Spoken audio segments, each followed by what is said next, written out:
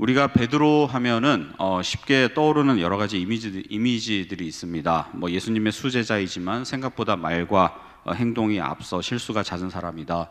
또 갈릴리 출신의 투박한 어부다. 뭐 상당히 다혈질적이고 흥분 잘하는 사람이다. 뭐 이런 여러 가지 이미지가 있는데, 근데 이제 베드로 하면은 이 양극단의 이미지가 딱 존재하죠. 하나는 뭐냐면 예수님의 수제자다 라는 타이틀만큼이나 자주 등장하는 것이 저주하여 부인한 수제자다라는 것입니다.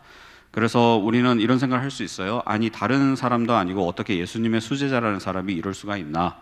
주여, 내가 지금은 어찌하여 따라갈 수 없나이까? 주를 위하여 내 목숨을 버리겠나이다 라고 헌신했던 사람이 어떻게 그럴 수가 있나? 이제 베드로는 사역자로서는 사실 생명이 끝난 거죠. 이렇게 진단할 수 있습니다. 우리는 베드로가 나중에 어떤 사도가 되었는지를 결과를 알기 때문에 뭐 이런 생각들을 우리가 희석되기는 합니다만, 그때 그 시점으로 돌아와서 우리가 생각해 보면 사도로서 사역자로서는 사실 치명적인 스캔들의 주인공이었기 때문에 베드로는 더 이상의 재기가 불가능했다, 이렇게 말할 수 있습니다. 인생을 살아가면서 우리가 실패를 만나게 되면 사실 그것을 회복하는 데는 많은 에너지가 들고요, 때로는 실패를 극복하지 못하고 그대로 주저앉아 버리는 경우도 많이 있습니다. 아마추어와 프로의 차이점은 단 한 가지라 그러잖아요. 부상이나 슬럼프는 누구나 찾아오는데 그것으로 인해서 선수 생명이 끝나면 아마추어로 끝나는 것이고, 프로로 올라가는 그 몇 안 되는 퍼센티지 사람들은 아마 시절에 그 겪었던 수많은 슬럼프와 부상을 극복한 사람들이라고 합니다.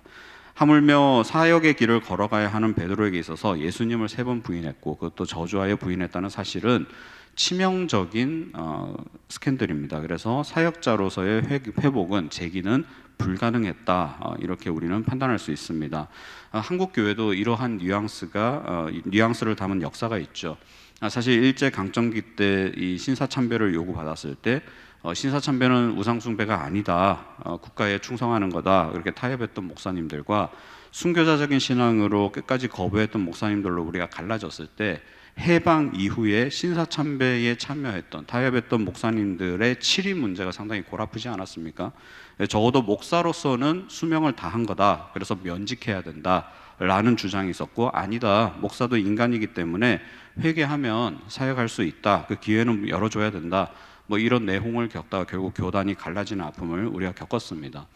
이런 차원에서 놓고 본다면 베드로의 저주하여 부인했다라는 스캔들은 초대교회 지도자로서 사역자로서 그 직분을 감당하는데 그 어떤 명분도 자격도 인정받지 못하고 그저 그런 인생으로 끝나버릴 여지가 다분했다는 것입니다. 그래서 베드로는 부활하신 예수님을 이미 만났지만 마냥 기뻐할 수가 없는 거예요. 좀 전에 말씀드렸듯이 자신이 저지른 일이 있기 때문에 그렇습니다. 그래서 부활하신 예수님의 처분만을 막연하게 기다려야 하는 그런 처량한 처지가 되었어요. 그런데 예수님께서는 부활하신 이후에 베드로에게 뭐라 그러셨어요? 일단 갈릴리로 가 있어라, 그렇게 그 말씀만 하시고는 어떤 책망도 위로도 용서도 그 다른 말씀이 없으셨습니다. 결국 갈릴리로 돌아온 베드로는 뭐 하겠습니까? 시간 죽이기에 제일 좋은 거는 옛날 일을 그대로 하는 거죠. 자기에게 익숙했던 본업으로 돌아가는 것이었습니다. 그래서 우리가 오늘 읽지는 않았지만 21장 3절에 보시면 시몬 베드로가 나는 물고기 잡으러 가노라 하니 그들이 우리도 함께 가겠다 하고 나가서 배에 올랐으나 그날 밤에 아무것도 잡지 못하였더니, 갈릴리로 돌아온 베드로는 이러지도 저러지도 못한 난감한 상황에서 뭐 익숙한 듯 물고기 잡으러 간다 그랬더니 옆에 있던 6명의 다른 제자들도, 물론 그 총 7명, 베드로 포함한 7명이 현재 있는데 그 2명은 예수님의 그 12제자에 포함되지 않는 제자입니다. 아무튼 그 6명도 그럼 우리도 같이 가겠다 그랬어요. 심지어 그들 중에는 어부가 아닌 사람도 있는데 같이 가겠다라는 거예요. 그만큼 갈 길 몰라 방황하고 있는 거예요. 뭘 해야 되는지를 모르는 거죠. 근데 설상가상 뭐예요? 고기까지 안 잡히는 것입니다.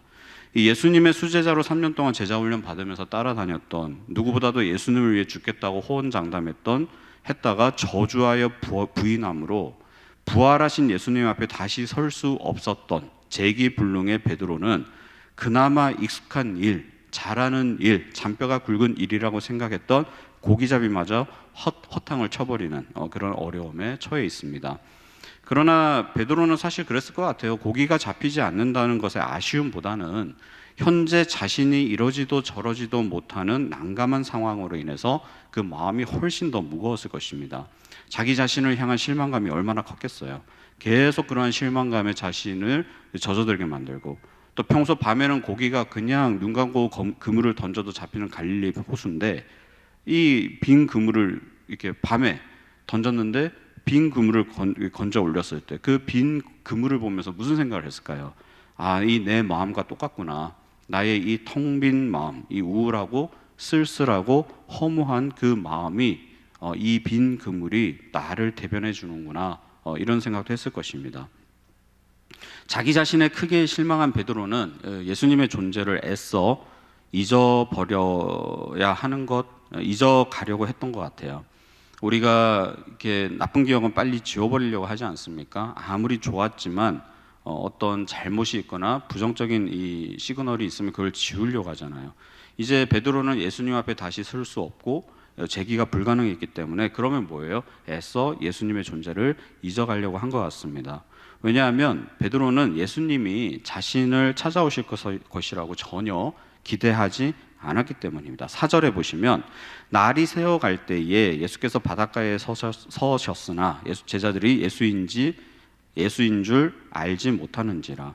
제자들은 갈릴리 바닷가에 누가 서 있는 것을 봤는데 예수님인지 알아보지 못했어요. 뭐 그럴 수 있어요. 이 깊은 밤 물안개가 자욱한 갈릴리 바닷가였기 때문에 시정이 그리 좋지 못했습니다. 하지만 실제로 고기를 잡는 위치와 이 바닷가의 거리가 그리 멀지 않았어요. 왜냐하면 사람이 바닷가에서 고기 많이 잡았어요 라고 물어봤더니 그 묻는 말에 들렸고 대답할 수 있는 거리였거든요. 더군다나 나중에 예수님이라는 사실, 그 바닷가에 서 계신 분이 예수님이라는 사실을 베드로가 들었을 때 겉옷을 입고 물에 뛰어들어서 나오잖아요. 그러니까 그리 멀지 않는 거리였다라고 우리가 추측할 수 있어요. 아무튼 뭐 어슴푸레한 이 시간대이기도 했고 물안개가 자욱했을 것이기에 이 시야가 방해받아서 예수님을 알아보지 못했다, 뭐 100번 1000번 양보해서 그렇게 생각할 수 있어요. 근데 예수님이 고기 잡았냐라고 물어보시면서 못 잡았다고 하니까 그물을 배 오른편에 던져라, 그래야 하면 잡으리라, 이 구체적인 대화를 주고받았잖아요. 그래서 사실 생뚱맞는 요구죠. 어부는 난데 바닷가에 있는 뭐 듣보잡, 누군지도 모르는 지나가는 사람이 그래가지고 고기 잡히겠냐, 오른편에 던져라. 왼편이나 오른편이나 뭐가 다릅니까? 던진다고 해서 고기가 잡힐 리도 만무한데, 근데 뭔가 느낌이 쎄했는지, 어떤 권위가 느껴졌는지, 마음이 동했는지, 하나님께서 그 마음을 움직이셨는지는 성경이 침묵하기 때문에 우리가 모르겠지만, 아무튼 순종해서 이 베드로는 그물을 오른편으로 던져서 153마리의 큰 물고기 153마리를 건져 올리게 됩니다. 사실 좀 익숙한 장면이죠. 과거에 이런 경험이 베드로가 있어요, 없어요? 있었죠. 언제 있었습니까? 누가복음 5장에 베드로가 밤이 맞도록 수고하여 고기를 잡았지만 한 마리도 잡지 못하다가 갑자기 나타난 예수님이 그물 다시 내려보라 그랬더니 어부 사상 최고의 어획고를 그때 올리는 장면이 있었습니다. 그때 예수님이 뭐라 그러셨어요? 앞으로 너희가 감당할 사역들을 통해서 내가 이와 비슷한 열매들을, 성공을 거두게 해주겠다, 그렇게 약속하셨던 장면 기억하시죠? 이 완전 데자뷰와 같이 똑같은 장면입니다. 그리고 똑같은 기적이에요. 근데도 베드로는 예수님을 뭐 했어요? 못 알아봤어요. 못 알아봤어요. 그러니까 결국 합리적 의심은 뭐냐? 베드로는 예수님이 뭐 했다? 오실 것을 전혀 기대하지 않은 거예요. 전혀 기대하지 않았습니다. 그냥 잊어버리고 있었습니다. 만약 기대를 하고 있었다면 물안개가 자욱해서 사람의 실루엣만 보였다 하더라도 냉큼 달려가서 예수님인가 아닌가 확인했을 것입니다. 우리가 가슴 아픈 비유입니다만 자식을 잃어버린 부모님들이 그렇다 그러잖아요. 하는 게 뭐예요? 어제나 오늘이나 들어올까 대문을 항상 쳐다보다가 비슷한 또래의 아이가 지나가기만 하면 내 새끼인가 싶어가지고 달려가는 게 부모의 심정이잖아요. 그러니까 간절히 돌아오기를 바라고 기대하는 부모는 애타는 마음으로 눈에 불을 켜고 비슷하기만 하면은 내 자식인가 이렇게 쳐다보게 되어 있습니다. 뭐예요? 기대함이죠, 기대함. 소망함. 간절히 소원하는 거잖아요. 그와 같이 베드로가 만약에 예수님을 간절히 기대했다면 가서 확인했을 거예요. 처음부터 실루엣만 보더라도 주님이신가? 혹시나 나 찾아오셨나? 갔을 것입니다. 근데 그러지 않았어요. 심지어 목소리를 들었어요. 그냥 시큰둥했습니다. 예수님의 목소리인지 아닌지도 잘 몰랐습니다. 심지어 기적까지 경험을 했습니다. 근데도 이런 일을 행한 창조주로서 할 수 있는 이 놀라운 역사와 기적은 하나님 외에는 할 수 없다는 걸 뻔히 알면서도, 그런 경험치가 있음에도 이 사람은 예수님에 대해서 알아보지 못했습니다. 왜 그럴까요? 예수님을 전혀 기대하지 않고 있었다라는 말인가 동시에 베드로가 살 수 있는 길은, 베드로가 스스로 극심한 우울증이나 극심한 자괴감에 빠지지 않고 거기서부터 빠져나올 수 있는 유일한 방법은 있는 거라고 생각했기 때문입니다. 있는 거. 예수님을 빨리 잊어야 돼요. 그래서 내가 그 부인하고 저주하여 부인했던 그러한 과거의 실수를 같이 덜어버리는 것, 잊어버리는 것, 그것이 유일하게 내가 숨을 쉴 수 있는 숨 구멍이다 라고, 방편이다 라고 생각을 했기 때문에 전혀 예수님에 대해서 생각을, 기대를 하지 않았던 것입니다. 네, 그러한 회피를 할 수밖에 없었어요. 그렇게 회피를 해야지만 자신의 과오를 회피할 수 있기 때문입니다. 우리도 그렇죠. 나에게 실망하고 욕설 가운데 살아가면서 원망과 저주가 한데 뒤섞인 그 삶 속에서 예수님을 잊어버리려고 애써 멀어지려고 할 때 우리를 긍휼히 여기서 먼저 다가오시는 분은 내가 아니었어요. 사실 주님이셨습니다. 그만큼 주님은 우리를 원하셔서, 우리는 필요하지 않는다 하는데도 주님이 우리를 원하셔서 찾아오시는 것입니다. 그러면 예수님은 당신을 기대하지 않는, 거기다가 저주까지 퍼부으면서 3번씩이나 부인했던 베드로를 왜 찾아오셨을까? 그가 필요해서 찾아오셨을까요? 예수님이 베드로가 필요해서 찾아오셨을까요? 주님이 우리가 필요해서 찾아오십니까? 그렇지 않습니다. 예수님은 하나님이세요. 하나님은, 주님은 그 어떤 것도 필요가 없으십니다. 그러면 왜 찾아오셨을까? 뒤끝이 있으셔서 찾아오셨다. 그래서 혼내주려고, 갈 땐 가고 헤어질 땐 헤어지더라도 할 말은 해야겠다. 그래서 찾아오셨을 것이다. 그것도 아니겠죠. 예수님이 베드로를 찾아오신 이유는 하나예요. 그를 원하셨어요. 그가 필요한 게 아니고, 베드로가 필요한 게 아니고, 베드로가 베드로를 원하셨기 때문입니다. 예수님의 필요가 아니라 예수님의 원함입니다. 원함.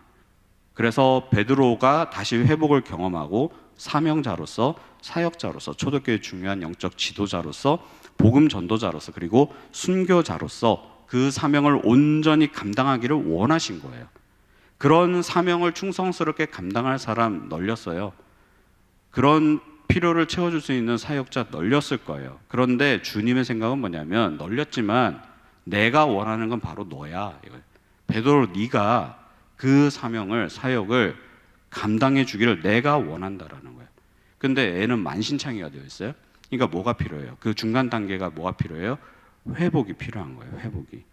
그래서 시리에 빠진 영적 권태기와 완전한 무능에 빠져버린 베드로를 사역자로, 사명자로 주님은 어떻게 회복시켜 주실지, 그것을 알려주는 본문이 요한복음 21장입니다. 사실 요한복음은 여러분들 1장부터 쭉 읽어보시면 20장에서 딱 끝나면 깔끔해요. 세상 깔끔한 게 20장입니다.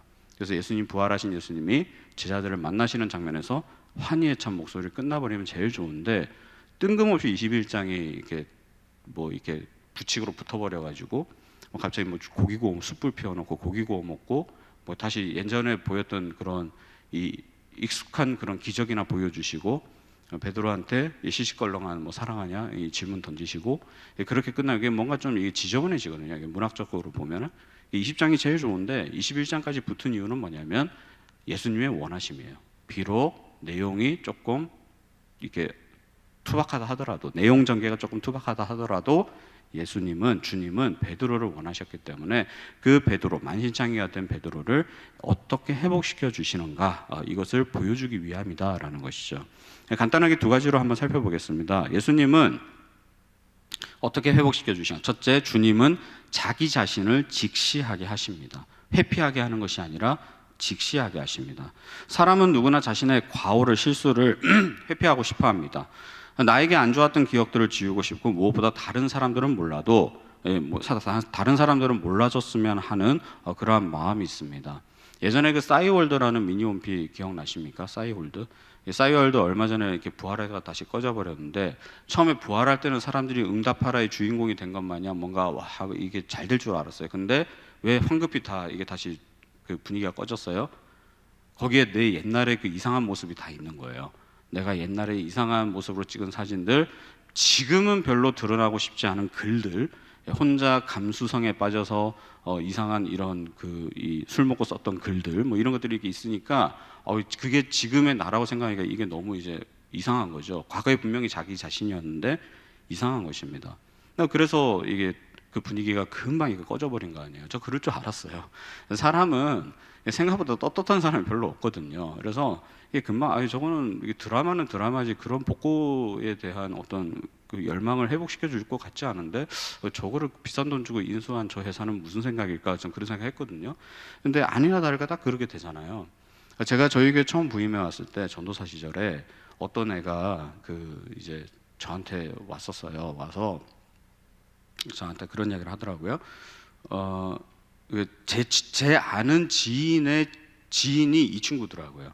그러니까 제가 대학 시절에 알고 지내던 지인의 지인이 또 그 친구의 지인이었어요. 저는 몰랐어요 그거를. 근데 어느 날 갑자기 저한테 뭔가 이렇게 글을 이렇게 가져오더니 이거 전도사님이 이거 혹시 옛날에 쓰신 글이냐고 그랬어요. 딱 봤더니 기독교를 욕하는 글이었어요. 그래서 제가 옛날에 이게 안티크리스천이었잖아요. 그래서 막 교회도 욕하고 목사님도 욕하고 막 그랬는데 그게 있는 거예요. 갖고 예전에 제가 대중문화 비평 모임이라는 고 인근의 대학교들의 연합 그 학회 활동을 한 적이 있는데, 그때 이제 썼던 그 대중문화 비평 모임이 이제 막 그 이대 앞에 있는 그 영화관 빌려가지고 그 페미니즘 영화관 빌려서 동성애 영화 상영하고 막 그런 거 하고 토론도 하고 막 했던 그런 단체거든요. 거기서 활동을 되게 열심히 했어요. 근데 그때 당시에 적었던 그 글을 갖고 와서 이거 전사님 쓰신 거 맞냐 그래가지고 황급히 찢었습니다. 그리고 이 출처가 어딜까라고 생각을 해봤더니 싸이월드였어요. 그래가지고 그때 싸이월드 탈퇴한 거거든요. 그러니까 그와 같이 사람은 누구나 자신의 현재의 모습에서 과거의 모습을 지워버리고 싶은 게 인지상정입니다. 그리고 그걸 자꾸 누가 들춰내면 어때요? 불편하시죠. 예, 이 외상후 스트레스 장애와 같이 트라우마와 같이 자꾸 이게 불편함이 찾아옵니다. 근데 그래서 회피하고 싶어요. 회피하고 싶어요. 근데 주님은 오늘 베드로의 PTSD, 이 외상후 스트레스를 계속 건드리세요. 오늘 본문에 주님은 베드로의 이 트라우마를 계속해서 건드리시는데 9절에 한번 보시겠어요? 9절에 보시면 육지에 올라보니 숯불이 있는데 그 위에 생선이 놓였고 떡도 있더라. 예수님은 숯불을 피워놓고 기다리고 계셨어요. 베드로는 바닷가에 계신 분이 예수님이라는 소리를 듣자마자 겉옷을 두르고 바다에 뛰어내렸습니다. 그렇게 물에 빠진 생쥐와 같은 모습으로 물을 뚝뚝 흘리며 터벅터벅 주님께 다가갔어요. 예수님의 수제자 치고는 너무 초라하고 무능한 모습이죠. 그렇게 다가갔더니 뭐가 피워져 있어요? 숯불이 피워져 있어요. 순간 베드로는 무슨 생각했을까요? 아차 싶은 거죠. 아차. 왜요? 멍하니 그 숯불을 쳐다보니까 한 기억이 떠올랐습니다. 어떤 기억이 떠올랐어요? 그날 밤에 기억이 떠오르는 것입니다. 예수님이 잡히시던 그날 밤 대제사장의 집 문 밖에서 문을 지키는 여종이 베드로를 향해서 너도 예수당이다 그랬더니 나 아니야 이렇게 부인하면서 그때 날이 추웠잖아요. 밤이고. 그래서 뭐 했어요? 그 집의 종들과 함께 불을 피워놓고 불을 쬐잖아요. 그 서서 불을 쬐던 그 장면이 떠오릅니다. 기억 속에서 애써 지우려고 했던 그날 그 기억이 주님이 피워놓으신 숯불을 보는 순간 떠올랐어요. 정말 떠올리기 싫은 그날의 기억이 생생하게 떠오릅니다. 그리고 그 숯불 뒤에는 다름 아닌 그날 내가 저주하여 부인했던 당사자 예수 그리스도가 계십니다. 너무 난감하지 않습니까? 이제 베드로는 어떻게 해야 될까? 이럴 줄 알았으면 부인하지 말걸. 이제 와서 후회해봐야 소용이 없습니다. 그런데 그 숯불 위에는 또 뭐가 놓여져 있어요? 떡과 생선이 놓여져 있습니다. 오병이어의 기적이 또 떠오릅니다. 창조주 하나님의 역사를 직접 보았고 그 기적을 베푸신 분이 예수님이신데 그런 예수를 자기는 부인한 거예요. 이렇게 무거운 마음으로 상념에 빠져 있는 찰나에 예수님이 아이스 브레이커를 하시죠. 뭐라 그러세요? 고기 많이 잡았냐? 좀 먹자 그러시잖아요. 좀 먹자. 진짜 중요해요. 그래서 여러분들이 다락방이나 모임을 하실 때 먹는 거 되게 중요해요. 진짜로. 그 예수님을 불순종해서 갈릴리로 돌아가서 옛날의 본업으로 돌아간 결과물이라 할지라도 그것이 예수님과의 관계 회복, 우리의 관계 회복에 있어서 중요한 재료가 되잖아요. 고기 많이 잡았어? 일로 와봐. 좀 갖고 와봐. 같이 먹자 그러시잖아요. 이러면서 무겁고 애매한 분위기를 녹여주십니다. 그러나 사실 베드로를 비롯한 모든 제자들은 묵묵부답이죠. 그냥 침묵 속에서 그저 조금 이른 아침 식사를 할 뿐입니다. 그런데 밤새 노동에 시달리며 추위에 떨었던 몸이 불을 쬐면서 그리고 식사를 하면서 뭐 하는 거예요? 녹기 시작하는 거예요. 그와 함께 긴장도 슬슬 풀리기 시작합니다. 이제 분위기가 좀 풀어지나 싶었는데 그것도 잠시 예수님은 다시 이 베드로의 PTSD, 트라우마를 건드리십니다. 갑자기 베드로를 시몬아 이렇게 부르세요. 시몬아. 사실 오늘 읽은 저희 본문 15, 16, 17절에 세 번씩이나 시몬이라 불렀어요. 사실 시몬이라는 이름은 베드로를 처음 만났을 때 예수님이 부르시던 이름으로 후에는 예수님이 베드로의 멋진 이름 지어주시자. 기억나세요? 게바, 베드로 반석이라는 멋진 이름을 지어주셨습니다. 그 반석 위에 내가 내 교회를 세우겠다. 엄청난 약속을 주신 그 위대한 이름, 그 주님이 지어주신 멋진 이름이 있는데 지어주신 그 당사자가 지금 뭐라 불러요? 시몬아 이렇게 불러요. 시몬아. 떠올리고 싶지 않은 옛날에 그 촌동네의 어부로 활동하던 그 시절, 리즈 시절의 그 이름을 지금 주님은 떠올리게 하십니다. 그때 베드로의 심정이 어땠을 것 같습니까? 너무 민망했을 것 같아요. 역시 주님은 나를 이제 예전의 게바로 인정하지 않으시는구나. 그렇게 작정하셨구나. 그렇게 마음을 먹으셨구나. 나는 이제 반석이라는 타이틀 뺏겼구나. 이제 와서 누굴 탓해? 다 내 잘못인데. 내가 게바답게 살지 못해서 이 지경이 됐는데 어쩌겠어. 이런 위축된 감정이 찾아왔을 것입니다. 계속해서 주님은 베드로가 떠올리기 싫은 어떤 기억들을 자꾸 상기시키세요. 그러면서 결국 주님은 세 번 같은 질문을 던지십니다. 네가 나를 사랑하느냐? 세 번씩이나 같이 던지셨어요. 그렇다고 하는데, 사랑한다고 하는데 세 번이나 똑같이 질문하셨어요. 세 번째 질문 하려고 하다 보니까 또 무슨 생각이 떠올라요? 자기를 몇 번 부인했어요? 3번 부인한 거예요. 이렇게 나를 정신적으로 괴롭히시는구나. 별 생각 다 했을 것 같습니다. 근데 여기서 이제 재밌는 사실은 예수님은 이제 3번씩이나 네가 나를 사랑하느냐라고 물으실 때 사용하시던 이 사랑이란 단어가 아가페라는 단어예요. 아가페라는 단어인데 이 아가페적인 사랑이 성립하기 위해서는 사랑을 베풀 수 있는 능력자가 사랑을 받을 만한 사람, 낮은 자에게 베풀어주는, 위에서 밑으로 흘러가는 것이 아가페거든요. 그러니까 이제 주님은 당연히 아가페로 물어보셨을 거예요, 그죠? 아가페적으로 권위를 가지고 네가 나를 사랑하느냐, 아가페적인 사랑으로 물어보셨어요. 그때 베드로가 네 주님 제가 당신을 사랑합니다라고 할 때 베드로가 사용한 사랑이란 단어는 필레오라는 단어입니다. 필레오. 그러니까 필레오라는 단어는 에로스라는 단어보다는 좀 더 차원이 높은데 가족이나 친지나 친구 사이에서 정서적으로 깊은 애정의 관계가 형성된 걸 필레오라 그래요. 그러니까 이제 주님이 아가페적인 사랑으로 베드로에게 다가갔을 때 베드로는 필레오적으로 고백을 했습니다. 저는 아가페적으로 주님을 사랑할 수 없습니다. 저는 그런 위치가 아닙니다. 그런 자격도 없습니다. 저는 아가페적인 사랑은 주님으로 받아야 되는 대상자이고 저는 그저 전심을 다해 나의 있는 모습 그대로 주님께 나아갈 수 있는 최고의 제가 드릴 수 있는 사랑은 필레오입니다 라고 고백을 하는 것이죠. 그렇게 주고받고 직책하다가 세 번째는 뭐였어요? 주님이 네가 나를 사랑하느냐 세 번째 질문을 하셨을 때 사용하신 단어가 필레오예요. 주님이 낮아지셔서 베드로의 수준에서 친구와 친지, 영원한 친구와 깊은 관계 속에 있는 친지의 입장에서, 가족의 입장에서 베드로에게 마지막으로 물었습니다. 네가 나를 진짜 사랑하느냐? 베드로가 어떻게 대답했어요? 필레오적으로 대답을 했습니다. 네, 주님, 저는 주님을 사랑합니다. 신적 권위를 가지고 사랑을 요구하신 주님께서 이제는 세 번째는 뭐예요? 베드로의 친구가 되어주셔서 사랑을 고백하고 사랑을 물어보고 계시는 것입니다. 그 고백을 듣기를 원하셨던 거예요. 그러니까 주님이 베드로를 회복시켜 가시는 과정이 딱 이랬습니다. 이제는 그렇게 못난 모습으로 살아가지 말고 내가 아가페적인 사랑으로 너와 함께하며 동시에 내가 너의 친구와 같은 모습으로 다가갈 것이니 너는 이러한 사랑을 받아 누리며 나의 양을, 내 어린 양들을 이 세상 가운데 나의 사랑이 필요로 하는 모든 자에게 복음의 사랑을 전하는 사명자로 살기를 원한다. 그리고 그 사명을 감수하다가 나를 위해 네가 방금 나에 대한 사랑을 고백하지 않았냐? 그 사랑의 증표로서 순교자적인 뒤에 나오잖아요, 그죠? 결국 그의 죽음으로 영광을 돌리게 한다.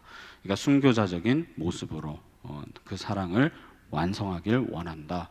사명자로서 사역자로서 이렇게 회복시켜 주시는 과정이 이 본문이다라는 것입니다. 그래서 주님은 베드로가 자꾸 회피하려고 하는 그 지점을 자꾸 끄집어내시면서 직시하게 하셨어요. 왜 그렇게 하셨어요? 왜 그렇게 하셨습니까? 왜 그것을 자꾸 보기 싫은 과거를, 생각하기 싫은 그 과거를 왜 자꾸 보게 하셨어요? 그래야지만 자신의 무능을 철저하게 깨닫고 뭘 찾아요? 주님을 찾아요. 아까 제가 말씀드렸듯이 주님은 우리를 필요로 하지 않습니다. 주님을 필요로 하는 대상은 저희예요. 왜냐하면 필요, 이 니즈라고 하는 것은 결핍이 전제가 돼야 되거든요. 그러니까 없는 게 있어야 필요하죠. 없는 게 없는데 뭐가 필요합니까? 없는 게 없는데 필요가 있어요? 그러니까 니즈라는 것은, 필요라는 것은 결핍이 전제가 돼야지만 성립이 돼요. 그리고 주님께는 결핍이 있을 수가 없어요. 온 천지 만물을 창조하셨고 주관하셨고 지금도 창조주의 모습을 보여주시잖아요. 그게 뭐예요? 그물 반대로 던졌더니 고기가 나와요. 그거는 고기가 몰린 게 아니라 없는 고기가 있게 하신 것입니다. 그게 창조주의 신적 권세거든요. 그러니까 모든 필요가 그러니까 필요라는 게 성립하지 않는 분이 베드로를 필요로 한 건 아니죠. 원하신 거예요, 주님은. 근데 베드로는 주님이 필요해요. 그 고백이 필요한 거죠. 주님께서는 네가 사명을 감당하기 위해서는 너의 그러한 모습을 직시하고, 우리가 뭐 단순히 과거에 부인했으니까 회개하고 용서받으면 다시 회복해서 사역한다 이런 개념이 아니고요.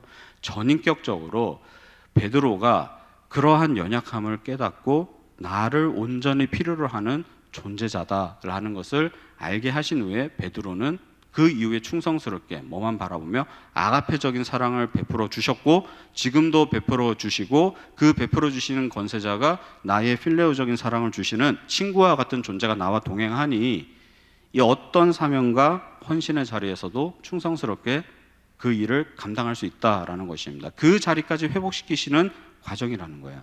그렇기 때문에 순교자적 사명으로 그 모든 주어진 임무들을 충성스럽게 감당했던 것입니다. 만약에 우리가 자꾸만 과거에 나는 죄인입니다. 기독교 출발점이 사실 그렇잖아요, 그죠? 나는 죄인입니다. 나는 연약합니다. 그 출발점인데 거기에 함몰되어 있으면 이상해져요. 괴물이 되는 것입니다. 근데 우리가 그러한 고백이 왜 필요해요? 그렇기 때문에 나는 뭐가 필요해요? 구원자가 필요한 거예요.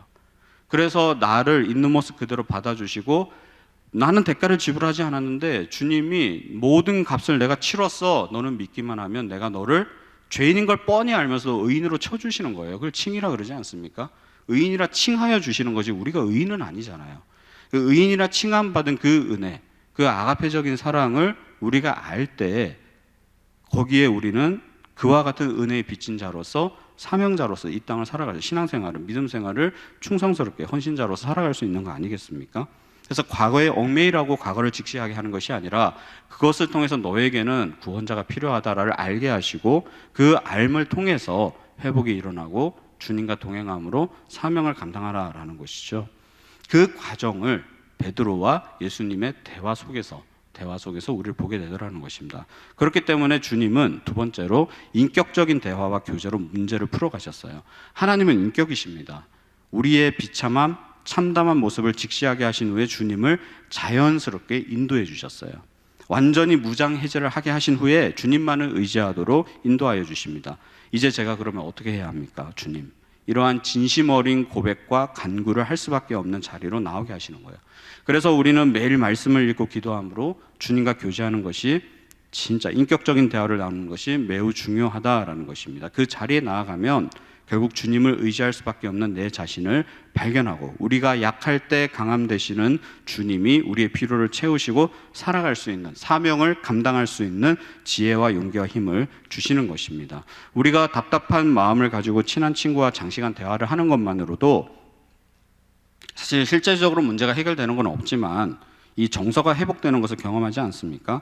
마찬가지로 주님과 깊은 대화를 이어가면 우리 마음과 심령 가운데 평강이 찾아오는 것은 당연하고요.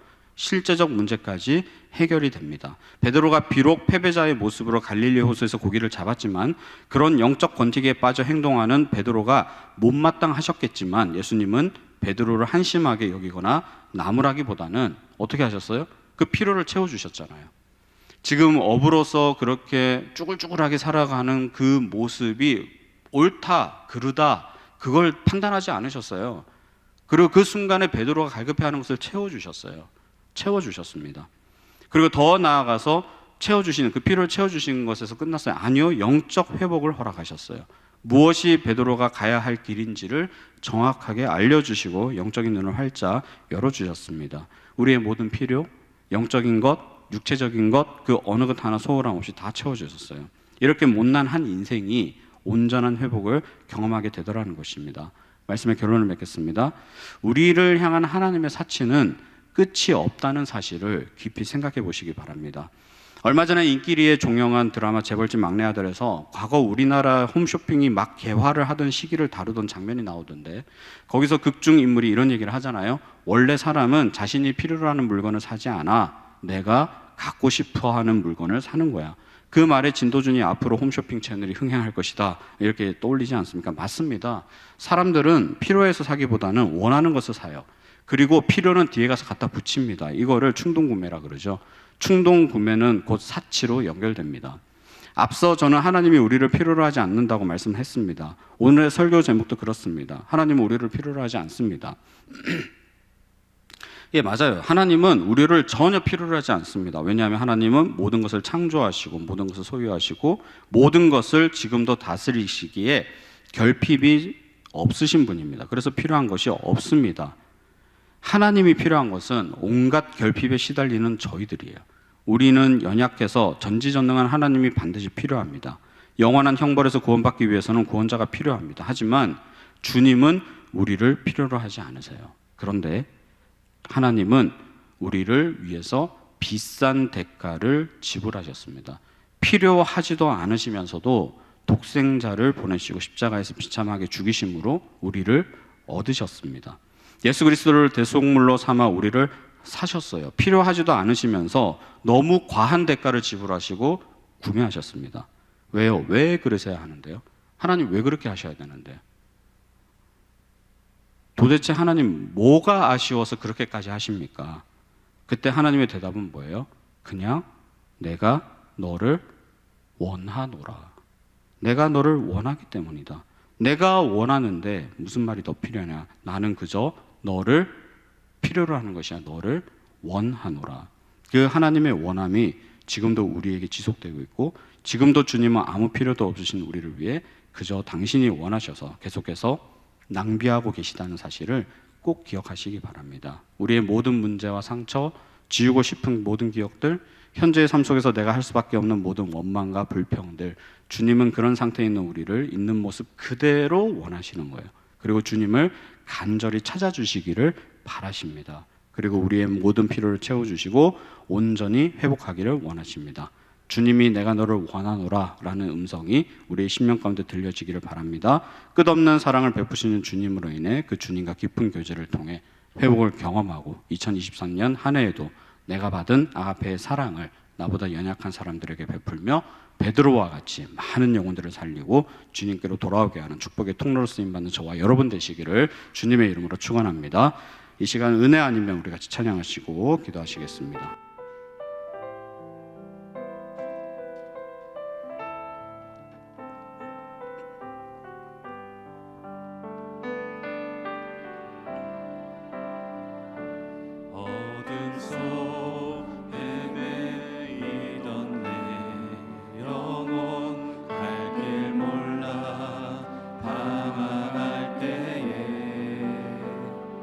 주의 십자가 영광